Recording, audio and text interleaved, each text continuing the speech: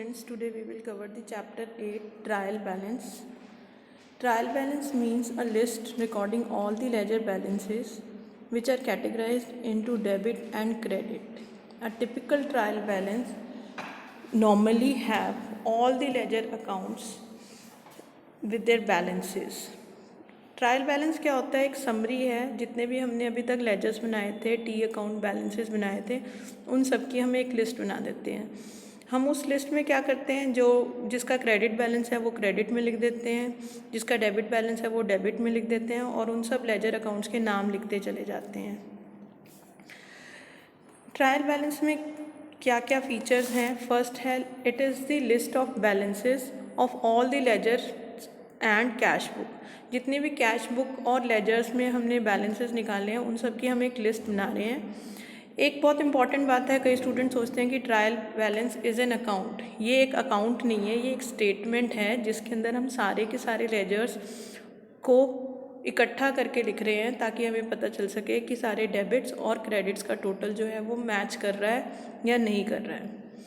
It is neither a part of double entry system not does it appear in the actual books. ये कभी actual books का part नहीं होता, ये एक किस्म से हमारा अर्थमेटिकल प्रूफ, अर्थमेटिकल एक्यूरेसी को चेक करने का एक सिस्टम है, और ये बुक्स का पार्ट नहीं होता। हम किसी भी पॉइंट ऑफ टाइम पर बना सकते हैं इसे, पर ये बात हमेशा याद रखनी चाहिए कि ट्रायल बैलेंस जो है, it is prepared for on a particular date. हमेशा ये एक पर्टिकुलर डेट का बनता है, कभी भी इसमें पीरियड कवर नहीं होता। जैसे हम कहते हैं ना कि ट्रायल बैलेंस एज ऑन 31 मार्च, ऐसे होता है। ये एक पर्टिकुलर पॉइंट ऑफ टाइम का होता है, और इसका मेन पर्पस यही है कि हम अर्थमेटिकल एक्यूरेसी चेक करना चाहते हैं कि हमने जो भी नंबर्स लिखे हैं वो सही हैं या नहीं। पर अगर आपको लगता है, अगर आपका ट्रायल बैलेंस मैच कर जाता है, उसके डेबिट्स और क्रेडिट्स मैच कर जाते हैं, तो फिर इसका मतलब ये ज़रूरी नहीं है कि वो 100% आपका सारा अकाउंट सही बना है। हो सकता है कि there may be mistakes, but काफ़ी हद तक हम श्योर हो जाते हैं कि चलो हमारा सब बैलेंसेस मैच कर रहे हैं। हमारा ऑब्जेक्टिव क्या है, फंक्शन क्या है behind this preparation of trial balance? It is first is ascertainment of arithmetical accuracy. सबसे पहला तो अगर बैलेंस शीट प्रिपेयर करनी है, हम उससे पहले ट्रायल बैलेंस बनाते हैं। तो ट्रायल बैलेंस अगर मैच कर जाता है तो हमें कॉन्फिडेंस आता है कि there is some arithmetical accuracy. There are chances कि वहाँ पर एरर्स हों, बट अगर मैच कर जाता है तो हमें ये लगता है कि पोस्टिंग जो है लेजर अकाउंट्स में सही हुई है। और अगर मैच नहीं करता है तो लोकेशन ऑफ एरर्स में ये हमें हेल्प करता है। हमारे पास डिफरेंट स्टेप्स हैं जिससे कि हम ये पता लगा सकें कि क्यों बैलेंस में डिफरेंस आ रहा है, लार्ज डिफरेंस है, स्मॉल डिफरेंस है, कैसा डिफरेंस है।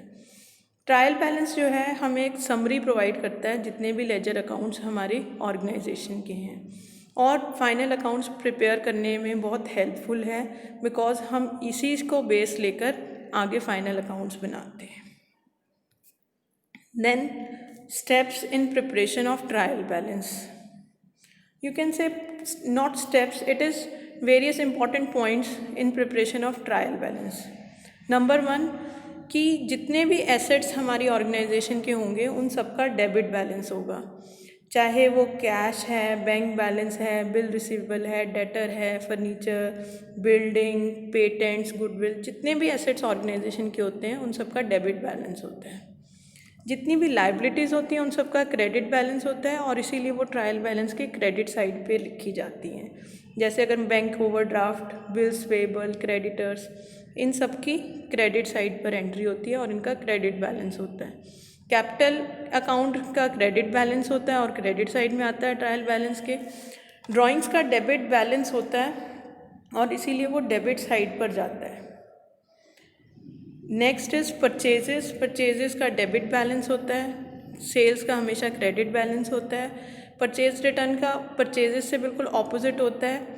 अगर परचेज हम कह रहे हैं कि डेबिट होती है, या we know that purchases are always debit, so purchase return is credit balance, sales return is debit balance, and जितने भी एक्सपेंसेस या लॉसेस होते हैं उन सबका डेबिट बैलेंस होता है। इनकम्स और प्रॉफिट्स होते हैं उन सबका हमेशा क्रेडिट बैलेंस होता है, और क्रेडिट साइड पर आते हैं ट्रायल बैलेंस के।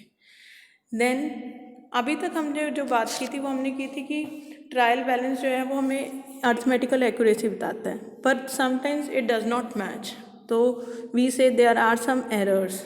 तो वो एरर्स को कैसे लोकेट करने में हेल्प करता है ट्रायल बैलेंस, वो हम डिस्कस करने जा रहे हैं। सबसे पहले हम क्या करते हैं, हम अपने ट्रायल बैलेंस में जितने भी टोटल हमने किए हैं, टोटलिंग की है, हम उनको रीचेक करते हैं, डेबिट अमाउंट के कॉलम्स को भी और क्रेडिट अमाउंट के कॉलम्स को भी। फिर उसके बाद हम पता लगाते हैं कि एग्जैक्ट डिफरेंस क्या है इन दोनों फिगर्स के अंदर। जो डिफरेंस आता है, मान लो 3200 आ गया, तो उस डिफरेंस को हम हाफ कर लेंगे और उसको हम चेक करेंगे कि हो सकता है कि 1600 की आइटम जो है वो हमने गलत लिख दी है। जैसे कि मान लो डेबिट साइड का टोटल जो है वो 3200 से ज़्यादा आ रहा है, तो हम क्या करेंगे, 3200 का हाफ कर लेंगे और क्रेडिट साइड पे देखेंगे कि 1600 की आइटम क्या है, या 1600 जो है वो पोस्ट सही नहीं हुआ। देन ऐसा भी हो सकता है कि जो डिफरेंस है वो प्रॉपरली डिविजिबल है 9 से। अगर वो डिविजिबल है 9 से तो हो सकता है कि हमने ट्रांसपोजिशन ऑफ फिगर्स में मिस्टेक कर दी है। जैसे कि कोई फिगर थी 47, हमने 74 लिख दी। तो इस तरह की डिफरेंसेस जो आते हैं, मतलब अगर ट्रांसपोजिशन में हमने कोई एरर की है तो डिफरेंसेस इस तरह के आते हैं जो कि कम्प्लीटली डिविजिबल होते हैं 9 से। लाइकवाइज अगर हमने 0 ऐड कर दी किसी फिगर के अगेंस्ट तो difference will also be divisible by 9। जैसे कि मान लो मेरा नंबर मैंने लिखना था 13 की जगह मैंने नंबर लिख दिया 130, तो 130 माइनस 13 हम करते हैं तो ये आता है 117।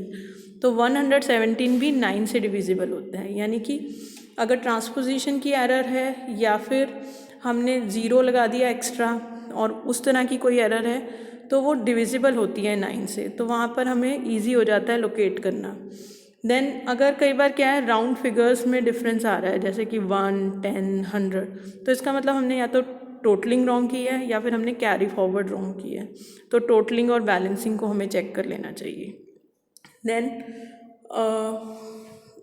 We should check the balance of each and every account, cash, bank, सब चीज़ों को हमें चेक करने की ज़रूरत है कि हमने करेक्ट अमाउंट और करेक्ट साइड पर रखा है या नहीं रखा है।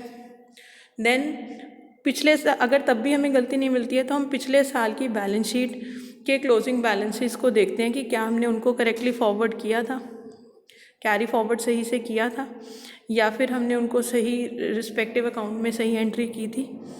उन फिगर्स को भी हमें चेक करने की ज़रूरत होती है जो क्लियरली रिटर्न नहीं है। हो सकता है कि वहाँ पर हमने कोई गलती की हो। अगर डिफरेंस जो है वो एक बिग अमाउंट का है तो हो सकता है कि हमने कोई पर्टिकुलर एक लेजर अकाउंट ही अपनी बुक्स में लिखना भूल गए हों। तो हम पिछले साल के ट्रायल बैलेंस से इस साल के ट्रायल बैलेंस को कंपेयर कर लेते हैं, जिससे हमें पता चल जाए कि हम कोई इम्पॉर्टेंट लेजर अकाउंट ही तो नहीं मिस कर गए हैं। अगर फिर भी हमें कोई डिफरेंस का पता नहीं चलता है कि क्यों ये डिफरेंसेस आ रहे हैं, then all the postings are required to be checked to find out the difference. There are two types of errors, one which are disclosed by the trial balance, others which are not disclosed by the trial balance. We will discuss in the next lecture the types of errors.